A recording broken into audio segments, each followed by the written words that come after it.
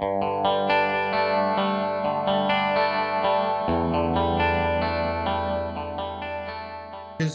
also it's not every single policy priority. As with everything else, we need some common sense and compromise to prevail here. As a matter of fact, we recently announced our commitment to a set of policy priorities that will restore America's economic competitiveness, enhance our industry's ability to meet the challenges and opportunities of the 21st century, and improve the lives of all Americans. These policy priorities focus on fiscal health, resilience, workforce, and digitalization. But beyond specific policy ideas, I think we need a commitment here that includes a focus on compromise and on putting narrow priorities aside to find some common sense solutions that bring both parties to the table. We have to realize infrastructure benefits everyone, from metropolitan areas to rural communities, from first responders to families. And it's also critical for our global competitiveness, which I know Jason and Austin will talk about, and the long-term growth and prosperity of our country. The truth is that we cannot afford 4 more years of crumbling roads and bridges, lead-filled pipes, insufficient broadband coverage, and failed transportation. There is clearly an appetite on both sides of the aisle right now to get a deal done. Now's the time for Democrats and Republicans to put policy ahead of politics and to make a significant long-term investment in our infrastructure. And with that, I'll turn it over to Jason and Austin for their comments. Gentlemen. Thank you very much, Dennis. It is an honor to be a part of this briefing about an imminent and important topic, and that is infrastructure. Vermeer is a manufacturer of industrial and agricultural equipment. Vermeer equipment is used to process organic waste and clean up after storms. Vermeer equipment is part of a vibrant food supply. And yes, Vermeer equipment is also used to install underground infrastructure. Infrastructure like fiber optic, which was one of the true heroes of the pandemic, as people worked remotely, people went to school remotely, and even now in the new normal, as we conduct meetings like this virtually, as students continue to pursue part of their educations in some ways virtually, electrical infrastructure, putting electrical infrastructure underground makes it more resilient as the worsening climate change situation causes storms, hurricanes, ice storms. In Iowa, we were hit by a derecho last summer as the intensity of storms increases and above ground electrical infrastructure becomes more vulnerable. Putting that infrastructure underground is important. And then also water infrastructure. Our water infrastructure is behind. It needs to be updated and refurbished significantly. So Vermeer is a provider of equipment, and we are very proud to be involved in the installation of underground infrastructure, but we are also a significant user of infrastructure. Nearly 4,000 team members need to get to work on a daily basis and get home safely. Vermeer team members need to use strong, robust broadband telecommunications to do their work. We have dozens of trucks every day that bring incoming supplies to Vermeer and take finished whole goods from Vermeer to our customers all around the world. We depend on ports to ship equipment internationally, and for a significant number of Vermeer team members, including myself, air travel is a significant part of doing our jobs. In non-COVID times, we tally millions of miles of commercial air flying every year. So it is very much the case that not only is Vermeer very proud to be a manufacturer of equipment that is involved in the installation of underground infrastructure, we are also very dependent on infrastructure to do our jobs. Infrastructure is a topic which is important. It is imminent. It cannot wait. The time is now for a substantial infrastructure bill to be approved by Congress, and I'm very happy to be part of this discussion. Austin. Great.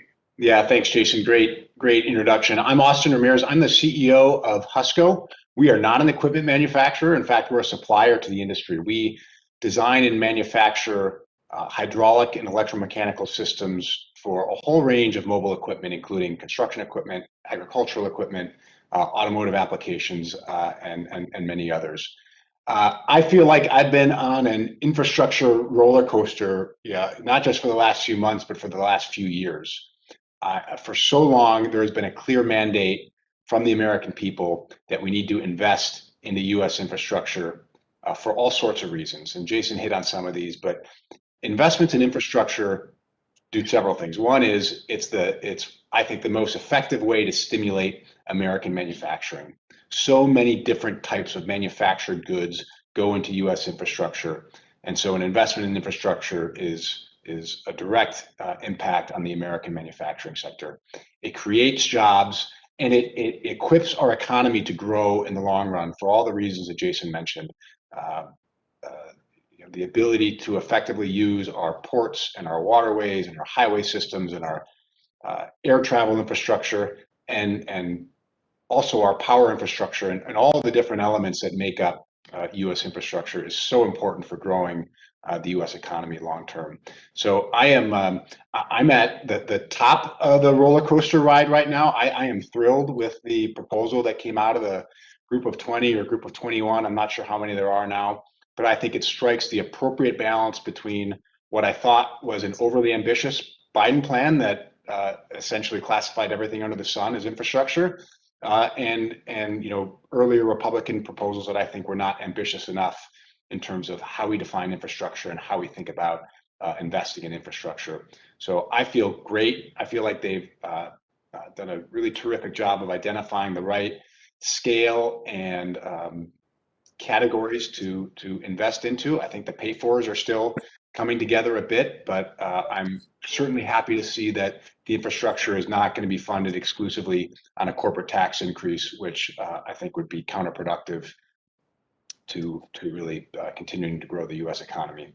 So happy to be here. Thank you for taking the time to talk about infrastructure with us this morning, and we'll look forward to answering any questions. Great. Thank you, gentlemen, for starting off that conversation. We have a couple questions that have already been submitted from some of your esteemed colleagues, our journalists on the call. If you have a question, please submit it via the chat, and please ensure to include your full name, news outlet, and question in the same message. And once your question is received, I will be reading it to the speakers. The first question comes from Jackie Fatka of Farm Progress. How likely do you anticipate a bipartisan agreement on an infrastructure bill? Do you see the tax proposals as poison pills that could prevent Democrats from using infrastructure bill with pay-fors coming from changes to the corporate tax code? I'm happy to take a first shot at this. I think this bill needs to be bipartisan. There's bipartisan support in Congress. There's bipartisan support among the American people. I think a bipartisan bill will be better than a bill that is written solely by one party. And so I think there's no reason for this not to be a bipartisan piece of legislation that passes. Now, time will tell if that's an overly optimistic view. But if there's anything that can pass the current political environment on a bipartisan basis today, it's infrastructure, and I certainly hope they do that. My personal perspective, and I think the perspective of AEM, is that there's nothing that should be a quote poison pill in infrastructure legislation. We certainly don't want to see a big increase in corporate taxes that would make the U.S. economy less competitive. But I don't think there's anything that we should rule out of the box saying that the bill shouldn't pass if it includes X, Y, Z.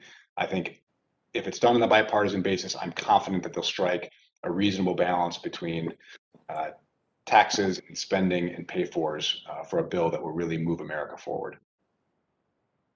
I'll just add on that I fully agree with Austin that the original Biden plan was, included money for items that I would not categorize as infrastructure. It was too broad.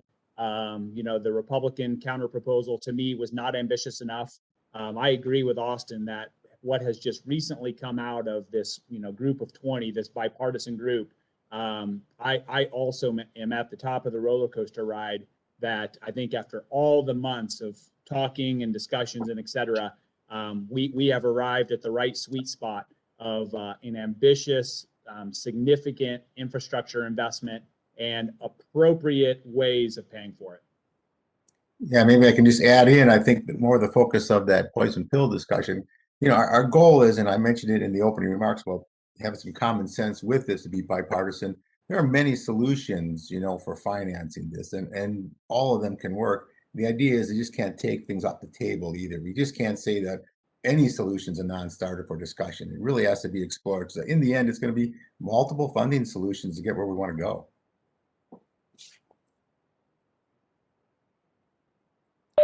Great, thank you, gentlemen. The next question is from Noah Wicks of AgriPulse.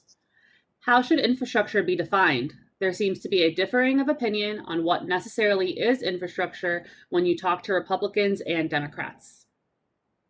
Yeah, look, I think everybody's posturing these days, and I think that's what it is, posturing. The plan that was released in the last several days by the Group of 20, I think, is an eminently reasonable and ambitious view on what infrastructure is. It's certainly more than roads and bridges.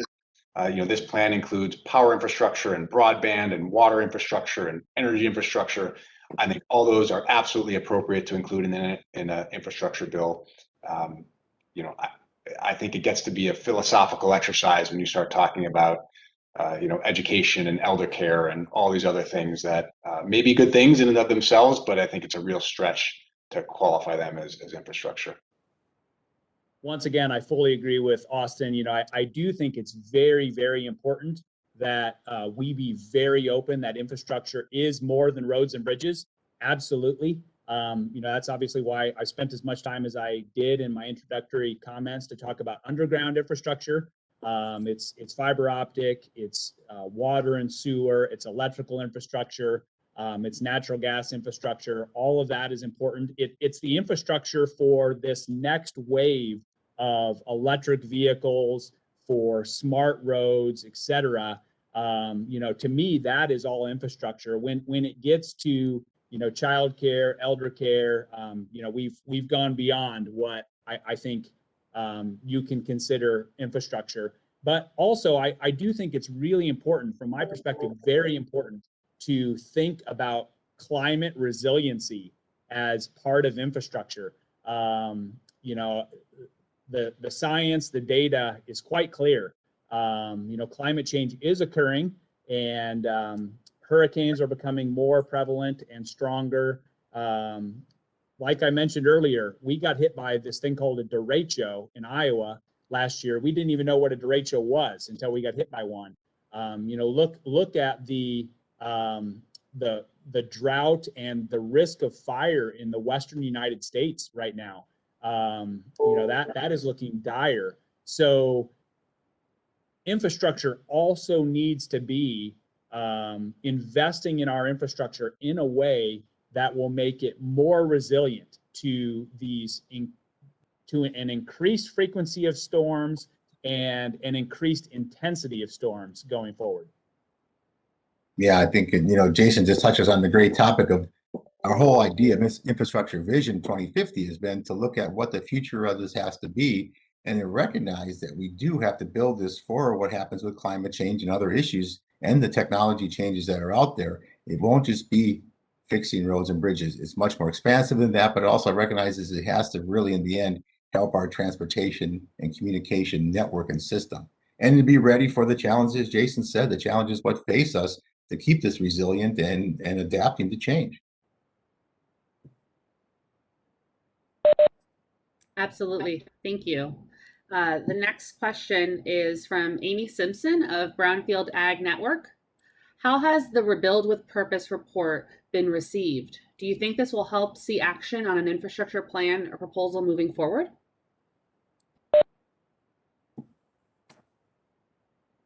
Dennis, I would think you're the best one to answer that one.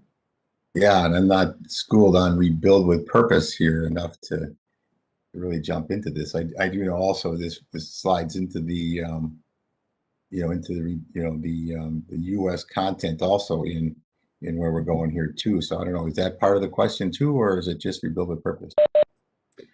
Generally speaking, about how AEM's industry priorities on infrastructure could help move a plan forward on Capitol Hill and within the White House.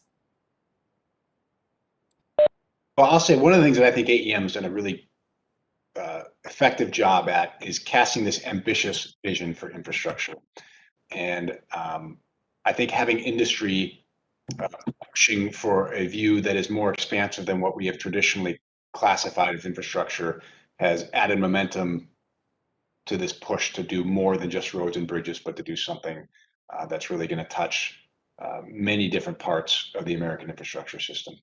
Yeah, and thanks for waking me up a little bit on this, Katrina, too, because of course, rebuild with purpose is where we're coming from. I was thinking of looking for a bill that dealt with that, but I think the whole part of what we talked about this morning with rebuild with purpose is if you show the value of what we're trying to do here about the investment in infrastructure, particularly future thinking, and getting there with what's going to happen with climate change and resilience and adopting the right workforce for this, I think you're making a case here that goes beyond just roads and bridges with that. And I think that's the key where we feel confident that rebuild with purpose really could work with that. So, at first I was thinking of the bill being approved, not thinking of our own strategy for where we go with this.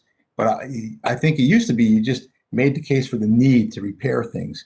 But now it's not that alone. It's not enough anymore. It has to be making a case for how this would be a better system to position us to be competitive in the world marketplace. And that's something that we'd be very careful about here is losing that competitive advantage we have in our transportation network. Just a couple of things I would add is, not only is AEM, strongly supportive of what's happening with infrastructure and, the Rebuild with Purpose plan.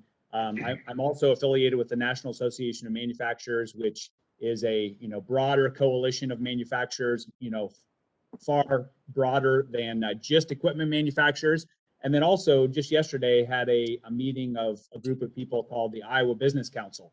So, these are broader than manufacturers. These are any type of business within the state of Iowa. And every one of those groups is strongly, aggressively, publicly supportive of something happening in a bipartisan way with infrastructure, because it's important to all of our businesses, not just equipment manufacturers, all manufacturers, not just manufacturers, but every business that you can imagine is dependent on not only the historical types of infrastructure, roads, bridges, but the new types of infrastructure, broadband telecommunication.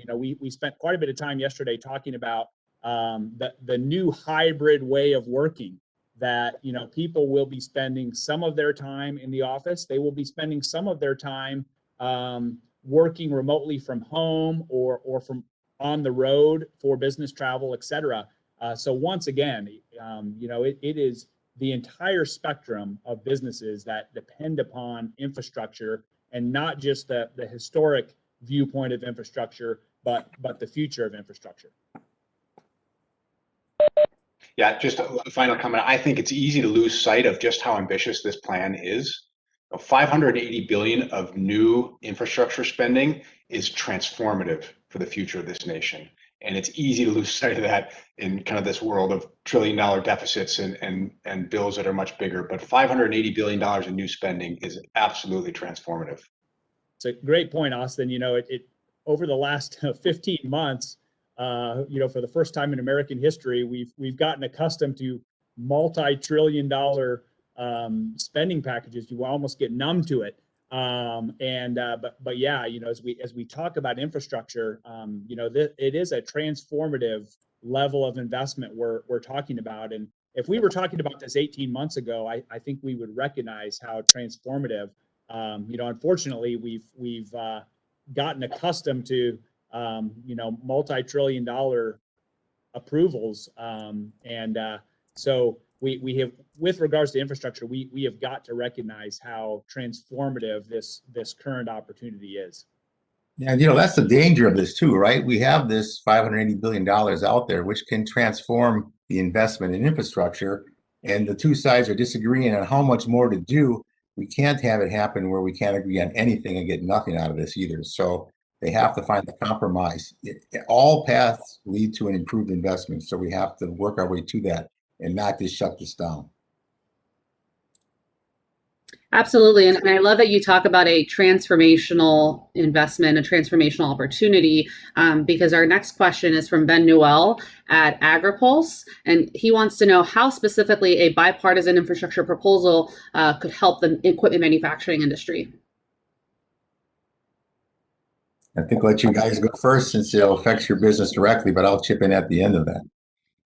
I would just say, harkening back to Austin's opening comments once again, I think the most appropriate bill is going to be a bipartisan one. I mean, that is going to find the appropriate middle ground of level of investment and ways to pay for it. I think, thinking about agriculture, Vermeer has part of our business that's on the ag side as well. And the future of being connected in all rural areas is incredibly important for agriculture. And I have said many times over the last 15 months that post-pandemic, having a robust broadband telecommunications connection in your home and available on your farm or in your small business is going to be just as much of an expectation going forward as what water and electricity have been historically. I remember my grandfather telling me stories about rural electrification and putting in electricity and frankly water and sewer as well out to the most rural parts of Iowa. That was 3-4 generations ago. The generation is now for broadband telecommunications to be available regardless of where you live in the United States, and to have that technology available for the very important technologies of precision agriculture, et cetera. So, maybe I've gone a little bit beyond your question, but to have a bipartisan bill is important to strike the right balance. But I see this opportunity as being, just as transformative and in retrospect, when we look at this years from now, inevitable and required as the former period of rural electrification and bringing water and sewer to all residences in the United States. Yeah, just to pile on there, I think the impact of an infrastructure bill on the equipment industry in particular is twofold. Jason did a great job of articulating that we use the infrastructure, right? We need an effective infrastructure system in the United States, and infrastructure writ large, right? Power, water, transportation. We need that to run our businesses. But the second factor is obviously we use equipment to build the infrastructure. So an infrastructure investment is supportive to all of the industries that make products that go into building the infrastructure. And it's important to remember that when you're talking about excavators and cranes and all the equipment that you use to build infrastructure, the vast majority of that is manufactured in the United States for US infrastructure. This isn't creating demand that's going to bolster other economies necessarily, but it directly impacts the US manufacturing sector, because for infrastructure, most of these products are built locally here to support local infrastructure projects. Yeah, Austin, manufacturing jobs are good paying jobs. Construction jobs are good paying jobs. So, this is opportunities for, people to make a good living, for those incomes to flow out into the communities where those people live. It's just really a win all the way around. Yeah, and also, manufacturers hate uncertainty out there. So what you also create by having a bill get passed is, then what the investment will be, and manufacturers will know that they have market certainty for them. They can hire, they can invest in staff. So I think there you're helping the employment of that. You invest in your communities that you're in. So that market certainty is so important to doing this, and not just the fact that we get extra business from this. And it will make the entire US more competitive, which is so important to that equation.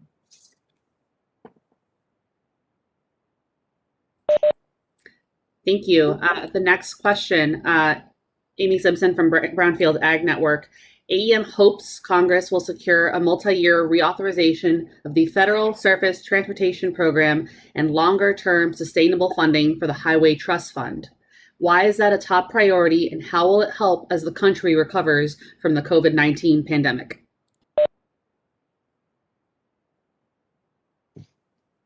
I just think the word certainty is an important one once again, to know that there is certainty with funding, and to have a future pathway in which that funding will be consistent and hopefully indexed for inflation.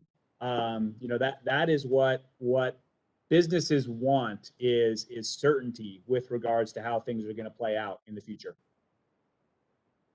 Yes, we also, we're in a recovery period from a pandemic here. So we have a need for a recovery, which is coming back pretty decent. But you also have this great need to invest in this infrastructure. So here you have two great needs coming together. So the fact that an infrastructure investment can contribute to our competitiveness, but also help bolster this economy as we go forward, I think it says a lot about where the economy can go here.